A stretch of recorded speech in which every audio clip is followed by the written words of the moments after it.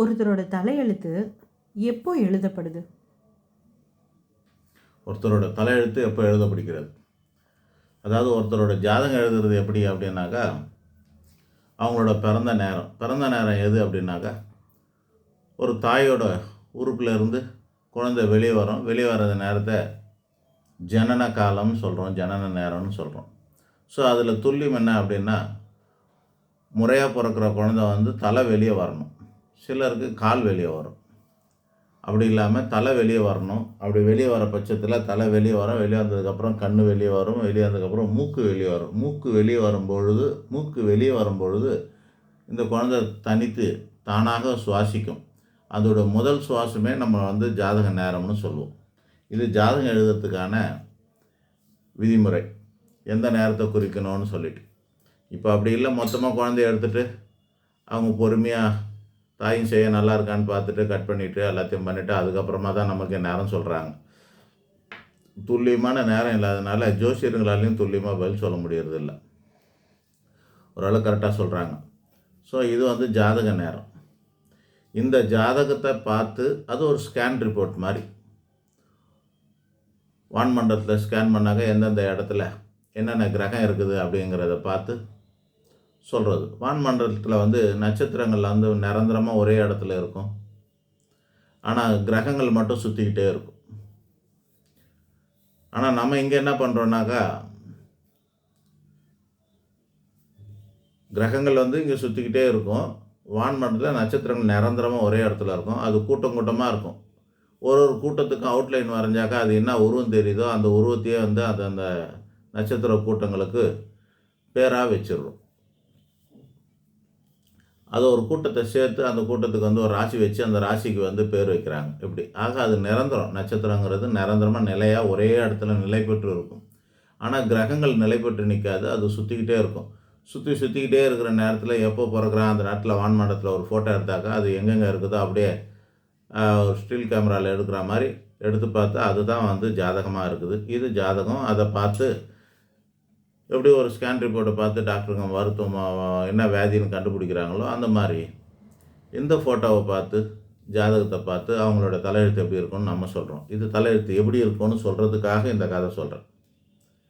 அந்த தலையெழுத்து இப்படி தான் இருக்கணும், இந்த நேரத்தில் தான் பிறக்கணும்னு ஒருத்தர் முடிவு பண்ணுறான்ல, அது யார், எதற்காக, எப்படி, எப்பொழுது, இதுதான் இப்போ இந்த கேள்விக்கான பதில் சொல்ல போகிறோம். சில பேர் சொல்கிறாங்க பிறந்த நேரம் முக்கியம் இல்லை, கருவுற்ற நேரம்னுவாங்க. கருவுற்ற நேரம்தான் ஒருத்தருக்கு தலையெழுத்துன்றாங்க. கருவுற்ற நேரம்லாம் கிடையாதுங்க. கருவுற்ற நேரமோ அல்ல எப்போவுமே உயிரோடு இருக்கக்கூடிய ஒருத்தன் உடம்புக்குள்ளே, ஆணோட உடம்புக்குள்ளே எப்போவுமே உயிரோடு இருக்கும் விந்தணுக்கள். அதெல்லாம் வச்சுலாம் நம்ம ஜாதகம்லாம் எழுத முடியாது. அது ஒரு கணிதம் இருக்குது. இந்த நேரத்தில் சாந்தி முகூர்த்தம் நடத்தினா இந்த நேரத்தில் 277வது நாள் குழந்தை பிறக்கும்னு ஒரு கணக்கு இருக்குது. 277 days. அது ஹெல்த்தியான பாடிக்கு 277வது நாள் நார்மல் டெலிவரி ஆகணும். அப்போ 277வது நாள் ஜாதகம் எப்படி இருக்குன்னு பார்த்து இன்றைக்கி சாந்தி முகூர்த்தம் ஃபிக்ஸ் பண்ணணும். இது யாராக பண்ணுவாங்களான்னா நான் பண்ணி கொடுத்துருக்குறேன், நான் நிறைய சாதிச்சிருக்கிறேன். அதில் சில பேருக்கு அந்த மாதிரி இந்த 5 கிரகம் உச்சமாக இருக்குதுங்க அந்த வருஷத்தில், அதனால் இந்த நேரத்தில் இப்படி படுத்துக்கலாங்க, இந்த நேரத்தில் கல்யாணம் பண்ணிக்கலாம், இந்த நேரத்தில் கல்யாணம் பண்ணி 2வது குழந்தைக்கானவங்களுக்கு இந்த நேரத்தில் நீங்கள் சேரலாங்க, இப்படிலாம் நம்ம சொல்லியிருக்கிறோம், சாதிச்சும் இருக்கிறோம். அது ஒரு பக்கம் இருக்கட்டும். ஸோ இந்த கருவுற்ற நேரம்லாம் கணக்கு கிடையாது. அதுவும் சும்மாம்பாக்கு. எப்படி ஒரு கம்ப்யூட்டரில் மதர் போர்டுன்னு ஒன்று இருக்குது, அது இருதயம் மாதிரி. ஹார்ட் டிஸ்க் இருக்கும், அது ப்ரோக்ராம் எல்லாம் சேர்த்து வைக்கக்கூடிய, டேட்டாஸ் எல்லாம் கலெக்ட் பண்ணி சேர்த்து வைக்கக்கூடிய கெப்பாசிட்டி. கேபின் இருக்குது, அது இந்த உடம்பு மாதிரி. சாஃப்ட்வேர் இருக்குது, அதுதான் ப்ரோக்ராம். அதோட சாஃப்ட்வேரில் 2 சாஃப்ட்வேர் இருக்கும். ஒன்று பேசிக்காக விண்டோஸாக ஓஎஸ்ன்னு சொல்லுவாங்க, அந்த மாதிரி ஒன்று இருக்கும். அதுக்கப்புறம் நமக்கு தேவையானது போடுறதும் ஒன்று இருக்கும், விதி ஒன்று மதி ஒன்றுன்ற மாதிரி. அப்புறம் ரேம் ஒன்று இருக்கும், அது ஒரு ஞாபக சக்தியோட ஸ்பீடு, ஞாபகத்தோட ஸ்பீடு, மூளை அப்படின்னு வச்சுக்கலாம். ஸோ இந்த மாதிரிலாம் எப்படி ஒரு கம்ப்யூட்டரில் இருக்கோ அந்த மாதிரி இருதயத்துலேயுமே மைண்டு, பாடி, சோலு, ஸ்பிரிட்டுன்னு 4 இருக்குது. உடல் இருக்குது, மனம் இருக்குது, ஆத்மா இருக்குது, அப்புறம் உயிர் இருக்குது. இந்த ஆத்மாவில் 2 விஷயம் இருக்குது. ஒன்று கர்ம பதிவு, இன்னொன்று நினைவாற்றல் அப்படிங்கிற 2 விஷயங்கள் பதிஞ்சு இருக்குது. இதெல்லாம் எப்போத்துலேருந்து வருது அப்படின்னு பார்த்தா, கருவுற்ற குழந்தைக்கு இது எல்லாமே இருக்குமானாக்கா ஆத்மா இப்போ வராதுங்க. ஆத்மாங்கிறது பிறக்கும்போது தான் வருது. பல வீடியோவில் சொல்லியிருக்கிறேன், இருந்தாலும் இதுலேயும் ஒரு வாட்டி சுருக்கமாக சொல்கிறேன். குழந்தை பிறக்கும்போது, அதாவது அப்பாவுடைய உடம்புலேருந்து வர்றது உயிர். அம்மா டெவலப் பண்ணுறதுக்கு பேர் உடல். உயிரும் உடலும் இப்போ ரெடி ஆகிடுச்சு. இந்த ஆத்மா எப்போ வெளியே வருதுன்னா, இந்த மூக்கு வெளியே வரும்போது, அம்மா உறுப்புலேருந்து மூக்கு வெளியே வரும்போது நவகிரகங்களோட கதிர்கள் காற்றின் வழியாக கலந்து உள்ளே சென்று மூளையில் அமுங்கி மூளையில் ஃபிக்ஸ் பண்ணுது. சாஃப்ட்வேர் தான் அங்கே தான் போய் செட் ஆகுது. செட் ஆகிட்டு அந்த குழந்தைக்கு வருது. அப்போ தான் அந்த குழந்தைக்கான அது எப்போ எந்த பக்கமாக போகுதுனாக்கா, நவகிரக கதிர்கள் மூக்கு வழியாக போகுது. அதே நேரத்தில் உச்சி வழியாக அதுக்கு சற்றே மூக்கு வழியாக நவகிரக கதிர்கள் உள்ளே போகிறதுக்கு சற்றே சில செகண்ட், அரை செகண்டு முன்னாடி உச்சி வழியாக ஆத்மா உள்ளே போகும். மண்டை உச்சி வழியாக ஆத்மா உள்ளே போகுது. கடவுள் அப்போ தான் அனுப்பி வைக்கிறார். உள்ளே போயிட்டு எப்படி கடைசி நேரத்தில் இந்த தேர்தலெல்லாம் வந்து வேட்பாளர்களை யாரை அறிவிக்கலான்னு பார்த்தா, கடைசி நேரத்தில் கடைசி நிமிஷத்தில் திடுதிப்புன்னு யாரையோ அறிவிச்சுட்டு டக்குன்னு போய் வேட்புமனு தாக்கல் பண்ணிவிடுவாங்க. அந்த மாதிரி கடைசி நேரத்தில் ஒரு ஆத்மாவை தந்து கடவுள் உள்ளே சொல்லிவிடுவார். மண்ட கபாலத்தின் வழியாக உள்ளே சொல்லுவார். உள்ளே செலுத்தி அந்த மூளையை இந்த மூளைக்குள்ளே போய் ஆத்மா பதியணும். அதே நேரத்தில் நவகிரக கதிகள் போய் பதியணும். அப்படி பதிவு எல்லாம் ஒன்றா செட் ஆகிடுச்சுனாக்கா, குழந்தை பிறந்தோடனே வீலுன்னு கத்தும், ஓன்னு கத்தும். கத்தலைன்னா டாக்டர் போட்டு குலுக்குவார், தட்டுவார், என்னென்னமோ பண்ணுவார். கத்திடுச்சுனாக்கா எல்லாம் ப்ரோக்ராம் எல்லாம் கரெக்டாக செட் ஆகிடுச்சின்னு அர்த்தம். ஸோ இது வந்து வழக்கமாக நடக்கிற ஒரு ப்ராசஸ். அப்போ ஆத்மாவை எந்த ஆத்மாவை எத்தாந்து இறக்குறாரு கடவுள் அப்படின்னு இருக்கு இல்லையா?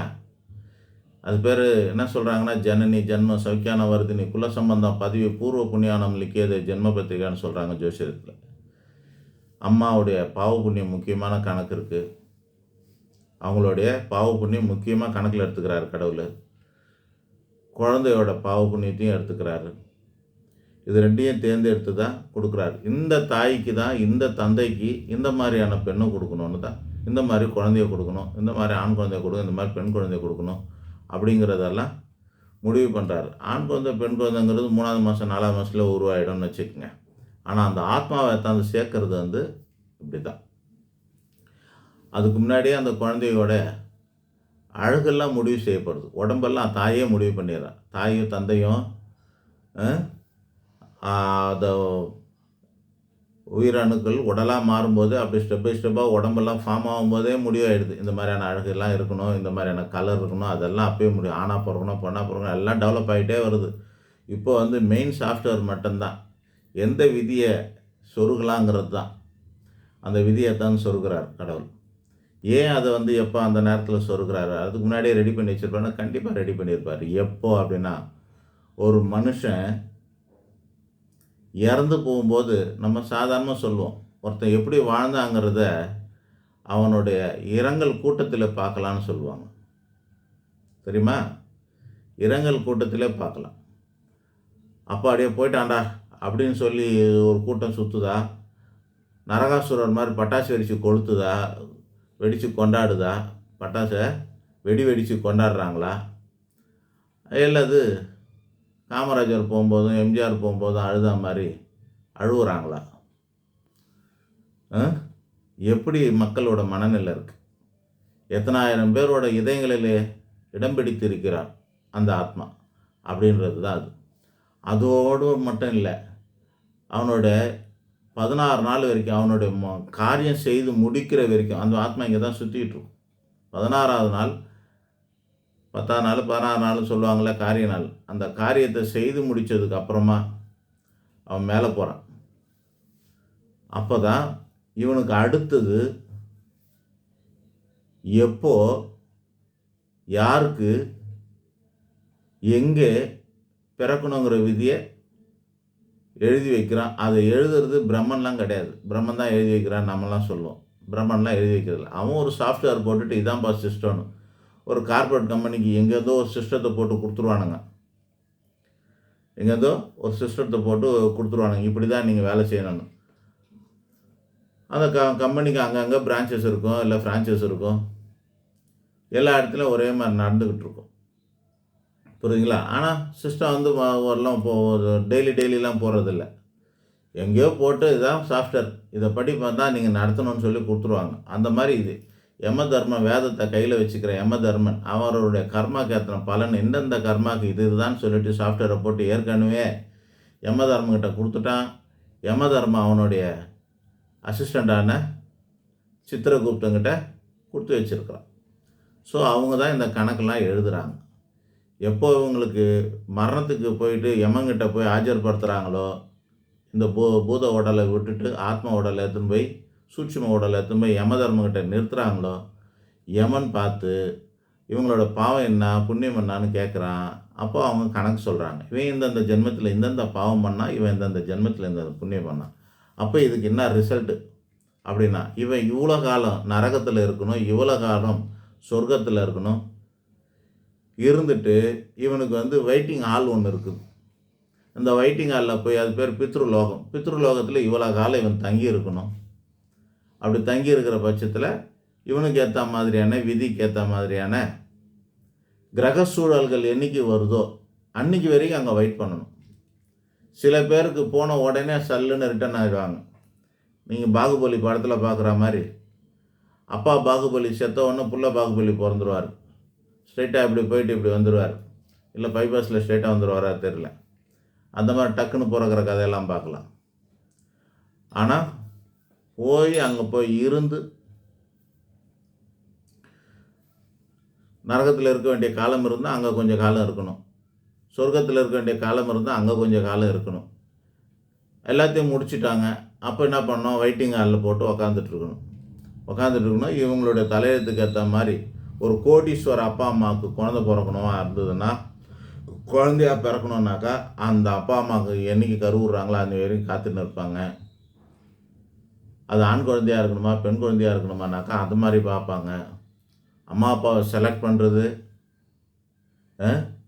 எந்த அம்மா அப்பாவுக்கு பிறக்கணுன்றது முடிவு பண்ணுறது, எத்தனாவது குழந்தையாக முடிவு பண்ணுறது, எந்த நாட்டில் பிறக்கணும்னு முடிவு பண்ணுறது, ஏழையாக பணக்காரனாக இருக்கணுமான்றது முடிவு பண்ணுறது எல்லாமே சித்திரகுப்தன் கையில் தான் இருக்குது.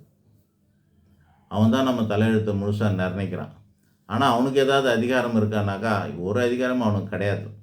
எல்லாமே வந்து ஏற்கனவே பிரம்மன் எழுதி கொடுத்த சிஸ்டத்தின் அடிப்படையில் தான் யம தர்மன்கிட்ட வேலை செய்கிறான். யம தர்மன் தான் தர்ம மகாராஜான்னு சொல்கிறாங்க. யம தர்மனை தான் என்ன சொல்கிறாங்க, தர்ம மகாராஜான்ற. அவனுக்கு உயிர் எடுக்கிறது மட்டுமே வேலைன்னு நினைக்கிறோம். அப்படி கிடையாது. நம்மளுடைய தலையெழுத்தை நிர்ணயிக்கிறவனே அவனாக தான் இருக்கிறான். ஒருத்தரோட தலையெழுத்து நிர்ணயிக்கப்படுவது எப்படி அப்படின்னாக்கா, இறந்து போனதுக்கப்புறமா யம தர்மம் முன்னாடி நிற்க வைக்கும்போது தான் இவனுக்கு இவ்வளோ காலத்துக்கு இங்கே வெயி, இவ்வளோ காலம் இங்கே வெயி அப்படின்னு ஜட்ஜ்மெண்ட் எழுதுகிறார். இந்த ஜட்ஜ்மெண்ட்டேன்னுவாங்க பைபிளில். யம தர்மருக்கு அந்த அதிகாரம் இருக்குது. அவருக்கு இவங்க இவ்வளோ பாவத்துக்கு இவ்வளோ புண்ணியத்துக்கு இவ்வளோ அப்படி கொடு ரீபர்த் இருக்குது அப்படின்னாக்கா இந்த காலத்தில் இந்த நேரத்தில் வரணும். கர்மக்காரகன் சனி பகவான் எந்த இடத்துல வரணுமோ அந்த சூழ்நிலை வரும்போது அந்த ராசியில் அந்த நட்சத்திரத்தில் அந்த லக்னத்தில் பிறக்கட்டும்னு சொல்லி அவர் முடிவு பண்ணி வச்சு அது வரைக்கும் வெயிட்டிங் எல்லாம் பித்ருலோகத்திலே வச்சுருப்பாங்க. அந்த பித்ருலோகத்தில் இருக்கிறவங்களுக்கு தான் நம்ம இங்கேருந்து படையில் போட்டு காக்காவுக்கு சாதம் வைக்கிறோம். புரியுதுங்களா? வேறு ஏதாவது கேள்வி இருக்கா? இருக்குது. அது என்ன கேள்வினா, அந்த இப்போ சித்திரகுப்தன் தான் நம்ம தலையெழுத்தை எழுதுறாரு, கர்மாலாம் நிர்ணயிக்கிறாருன்னு சொல்கிறீங்க. அப்போது அந்த கர்மாப்படி தான் நம்ம வாழ்க்கை எல்லாமே நடக்குதா, இல்லை நம்ம அதுக்கேற்றபடி மாற்றி நடத்திக்கிறாங்களா? நம்மளும் மாற்றுறதில்ல, அவரும் யாரும் மாற்றுறதில்ல. கர்மாக்கான பலனெல்லாம் ஏதாவது மாறுமா அப்படின்னா அதுவும் கிடையாது. பாவமாக இருந்தாலும் சரி புண்ணியமாக இருந்தாலும் சரி, கர்மாயம் அது ஏழை பணக்காரன், அந்த ஜாதிக்காரன் இந்த ஜாதிக்காரன், அந்த நாட்டுக்காரன் இந்த நாட்டுக்காரன், அந்த மதத்துக்காரன் இந்த மதத்துக்காரன், அப்படிங்கிற எந்த விதமான பேதமும் பார்க்காதுங்க. அந்தந்த கர்மாக்கான பலனை சித்திரகுப்தன் எழுதி வச்சிடறான். இந்த கர்மாக்கு இதுதான் பலன் அப்படின்னு அவன் எழுதி வச்சிடறான். அவன் எழுதுனது யாருமே மாற்றுறதில்ல, அப்படியே தான் இருக்கும். எப்போ என்னென்ன தரணுமோ, எத்தனை வயசில் எது எது நடக்கணுமோ அதை மிஸ் பண்ணாமல் கரெக்டாக கொடுத்துருவான். நல்லதாக இருந்தாலும் சரி, கெட்டதாக இருந்தாலும் சரி, சரியாக கொடுத்துருவான். கர்மாவும் பேதம் பார்ப்பதில்லை. ஆண்டவனும் அப்படித்தான், பேதமே பார்க்க மாட்டான். கடவுளும் பேதம் பார்க்க மாட்டான். அவனும் இவன் ஏழை, இவன் பணக்காரன்,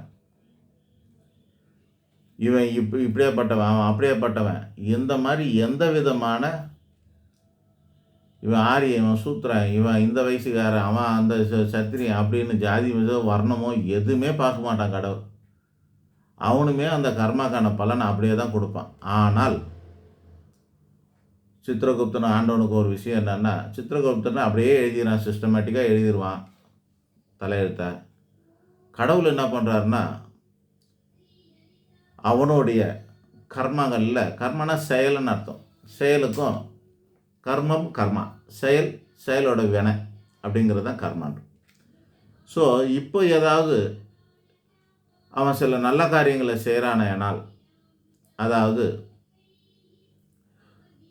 நம்ம ஏதோ பாவம்லாம் செஞ்சுருப்போம் அப்படின்னு உணர்ந்தோ இல்லை உணராமலோ கூட, உணராமல் செய்கிறது ரொம்ப ரேராக தான் இருக்கும். உணர்ந்தோ உணராமலோ தன்னோட பாவத்தை உணர்ந்தோ அல்லது உணராமலோ அதுக்கு பிராயச்சித்தம் செய்யணும்னு நினைக்கிறது, பரிகாரம் செய்யணும்னு நினைக்கிறது, பக்தி செலுத்துவது. இந்த காரணத்தினால அவனுடைய கர்மாவில் கணிசமாக அவனோட கர்மா கணிசமாக கரைக்கப்படுகிறது. பாவ கர்மாவுடைய துன்ப வீரியம் இருக்குல்ல, அந்த வீரியம் வெகுவாக குறையுங்க, வெகுவாக குறையும். இந்த பர்பஸ்க்கு தான் நம்ம சாமி கும்பிட்றோம், தானம் பண்ணுறோம், தர்மம் பண்ணுறோம். இதெல்லாம் பண்ணுறதுக்கு காரணம் இது குறையுதுங்கிறதுனால தான். சித்திரகுப்த விதித்தது விதிப்படி தான் நடக்கும் அப்படின்னு ஒரு முடிவாயிடுச்சுன்னா நம்ம எதுக்கு சாமி கும்பிடணும்? நம்ம எதுக்கு தானம் பண்ணணும்? நம்ம எதுக்கு தர்மம் பண்ணணும்? நம்ம எதுக்கு நல்லவனாக வாழணும்? அவசியமே இல்லையே.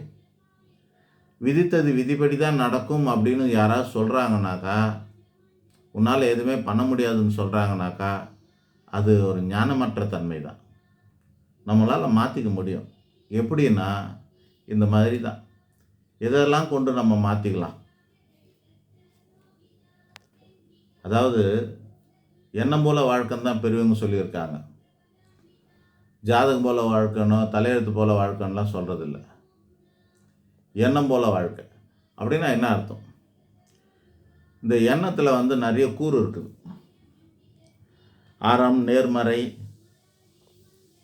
அதாவது ஆக்கப்பூர்வமான எண்ணம், தெளிவு, பலமான எண்ணம், புத்திசாலித்தனம், அறிவு, தர்ம சிந்தனை, நம்பிக்கை, ஞானம், இதெல்லாம் ஒரு 10 விதமான கூறு சேர்ந்தது தான் ஒரு நல்ல எண்ணம்.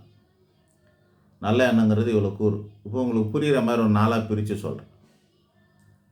ஒரு மனுஷனுக்கு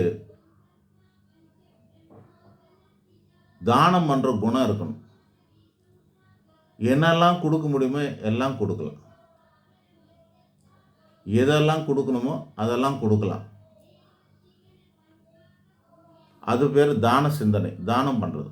அப்புறமா அவரை ஒரு தர்மத்தை தர்மங்கிறது என்னென்னா ஒரு பிரின்சிபல்னு அர்த்தம்.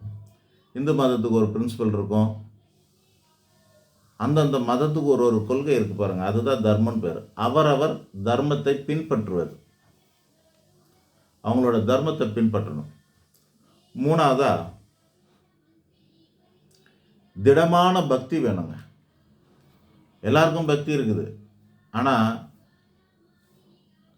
63 நாயன்மார்களுக்கு இருக்கிற பக்தி நம்மக்கிட்ட இருக்கா? இல்லை. 12 ஆழ்வார்களுக்கு இருந்த பக்தி நம்மக்கிட்ட இருக்கா? இல்லை.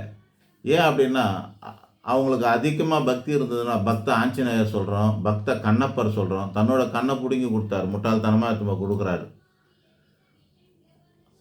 இந்த மாதிரி அறிவுபூர்வமெல்லாம் யோசிக்காமல் கண்மூடித்தனமான பக்தி இருக்குது பார்த்தீங்களா? நம்ம மூட நம்பிக்கையான பக்தியெல்லாம் சொல்லுவோம், நெருப்பு மெரிக்கிறது, அது இதுன்னு ஏதோ சொல்கிறோம் பாருங்க. அதில் இருக்கிற அந்த கண்மூடித்தனமான மூடத்தனமான பக்தி எல்லாம் தான் திடமான பக்தியிலேயே சேருது. நம்மளோட அறிவுபூர்வமான பக்தி அதில் சேர மாட்டேங்குது. ஸோ திடமான பக்தி, நம்பிக்கையோடு கூடியதுக்கு பேர் தான் திடமான பக்தி. அறகுறை நம்பிக்கை. கடவுள் இருக்காருன்னு நம்ம நம்புகிறோம். நம்மளை கடவுள் காப்பாற்றுறாரு நம்புகிறோமானாக்கா இல்லை. ஏன் சொல்கிறேன்னா, அவங்க என்ன நம்புகிறானுங்கன்னா, சொத்தை நம்புகிறாங்க. பணம் இருந்தா, பதவி இருந்தா, உறவு இருந்தா, பிள்ளை இருந்தா, இவங்களாம் நம்மளை எதிர்காலத்தில் காப்பாற்றுவாங்கன்னு நம்புகிறோம். நீ எப்போ நம்ம குரானில் சொல்லுவார், நபிகள் நாயகம் என்ன சொல்லியிருக்காருன்னா, அல்லாஹ் சொன்னார், நீ வேற ஒன்றுத்து மேலே நம்பிக்கை வச்சுட்டுனாலுமே நீ என்னை நம்பாமல் போயிடுவேன்னு அர்த்தம். இப்போ தேசப்பற்று காட்டுறதுக்காக தேசிய கொடிக்கு ஒரு சல்யூட் அடிச்சிட்டாலுமே அது மத விரோதமாக இருக்குது அவங்களுக்கு. ஏன்னா நீ எப்போ இன்னொருத்த வணங்க ஆரம்பிச்சுட்டு அப்போயே நீ கடவுளுக்கு ஈக்குவலாக ஒன்றுக்கும் நீ முக்கியத்துவம் கொடுக்குறோன்னு அர்த்தமாயிடுதா நினைக்கிறாங்க. அது தப்புன்னு சொல்ல முடியுமான்னா அது ஒரு உச்சநிலை உண்மை. அது ஆக கடவுளுக்கு மேலே அதுக்கு ஈக்குவலாக வேறு ஒன்றுமே இல்லைங்கிறது தான். அவங்க அந்த இடத்துக்கு யாரையுமே கொண்டு வரதில்லை. நபிகள் நாயகத்தையே அந்த இடத்துக்கு கொண்டு போய் கடவுளுக்கு ஈக்குவலாக வச்சு வணங்கக்கூடாது அவங்களுக்கு. புரியுதுங்களா? தேவன் வேறு, தேவ தூதன் வேறு. நாம் சித்தர், புத்தர், கர்த்தர் எல்லாரும் ஒருத்தராக பார்ப்போம். அவங்க கடவுளுக்கு ஈக்குவலாக யாருமே வைக்கிறதில்ல. ஸோ அதுதான் திடமான நம்பிக்கை. கடவுளை நம்ம கடுமையாக நம்புகிறோம். ஒரே கடவுளை நம்பணும். இந்த கடவுள் சக்தி இல்லைங்க, அந்த கடவுள்கிட்ட போகலாம். இந்த கோயிலுக்கு போனேன் ஒன்றும் இல்லை, ஆனால் அந்த கோயிலுக்கு போனால் எனக்கு உடனே நடந்ததுன்னு எப்படி சொல்கிறாங்க பாருங்கள். இதெல்லாம் பக்தியின் அடையாளம் கிடையாது. ஸோ ஒரு திடமான பக்தி வேணும். ரொம்ப நேரம் சொன்னதுனால முதல் 2 மறந்துட போகிறீங்க. இயன்ற தர்மம் என்னெல்லாம் நம்மளால் கொடுக்க முடியுமோ எல்லாத்தையும் கொடுக்கணும். அதுக்கு பாடம் எடுக்கணுன்னாக்கா ரொம்ப நேரம் ஆகும். ஆனால் தான சிந்தனை வேணும். கொடுப்பது தானமாகும். கொடுத்துக்கிட்டே இருக்கணும். அவரவர் தர்மத்தை பின்பற்ற வேண்டும். திடமான பக்தி வேண்டும். தெளிவான புத்தி வேணும். புத்தி இல்லைன்னா எது இருந்தும் பிரயோஜனம் இல்லை. முட்டாள்தனமாக இருந்தோம்னா நீங்கள் பாருங்கள், சினிமாலெல்லாம் பார்ப்பீங்க, முட்டாள்தனமான நல்லவனை தான் முதல்ல சுட்டு தள்ளிடுவானுங்க. முட்டாள்தனமாக இருக்காது, புச்சால்தனமாக இருக்கணும். ஸோ இந்த 4 கூரை மட்டும் நீங்கள் ஞாபகம் வச்சுக்கோங்க. உங்களோட விதியிலேருந்து வெளியேறணும் அப்படின்னா, உங்களுடைய கர்மா பலனை கரைக்கணும்னா 4 விஷயங்களை ஞாபகம் வச்சுக்கணும். 1, இயன்ற அளவு தானம் பண்ண வேண்டும். முழுமையாக நமது தர்மத்தை பின்பற்ற வேண்டும். 2, 3வதா திடமான பக்தி கொள்ள வேண்டும். கடவுளை முழுமையாக நம்ப வேண்டும். 4வதா தெளிவான புத்தி வேண்டும். இது 4 இருக்கிறவனுக்கு கர்மா இருக்கிற இடம் தெரியாமல் கரைஞ்சி போகும். நன்றி, வணக்கம்.